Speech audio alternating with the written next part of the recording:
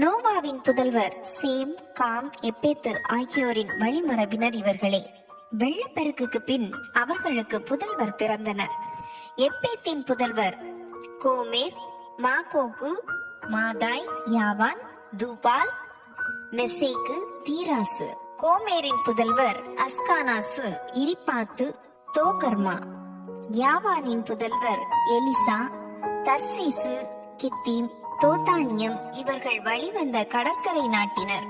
மொழி, குடும்ப, இனவாரியாக பிரிந்து தம் நாடுகளில் பரவினர். காமின் புதல்வர் கூசு, எகிப்து, பூற்று, கானான். கூசின் புதல்வர் செபா, அவிலா, சப்தா, ராமா, சப்தகா. ராமாவின் புதல்வர் சேபா, தெதான். மேலும் கூசுக்கு நிம்ரோது பிறந்தான். இவன்தான் முதலாக உலகத்தில் பேராற்றல் கொண்டவனாக விளங்கியவன். ஆண்டவர் திருமுன் இவன் ஆற்றல் மிக்க வேடனாக இருந்தான். இதனால் ஆண்டவர் திருமுன் நிம்ரோதை போன்ற ஆற்றல் மிக்க வேடன் என்ற வழக்கு ஏற்படலாயிற்று. முதலில் சினையர் நாட்டிலிருந்து பாபேல், எரேக்கு, அக்காது, கல்னே ஆகியவை அவன் ஆட்சிக்குள் வந்தன.